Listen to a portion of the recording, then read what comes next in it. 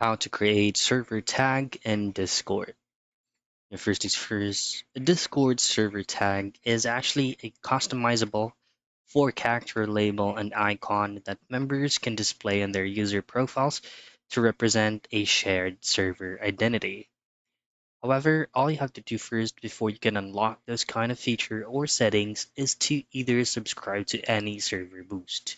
To access it, it is usually located below the current server name that you have. Simply hit on server boost, and from here you can actually choose on your preferred one.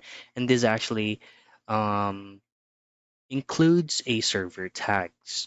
And once you subscribe to any of these, you can go ahead and access into your user settings. And then from here, you should be able to have an option here that says guild. All I have to do is to access it and customize your server tag whenever you want to. And that is how you create a server tag in Discord.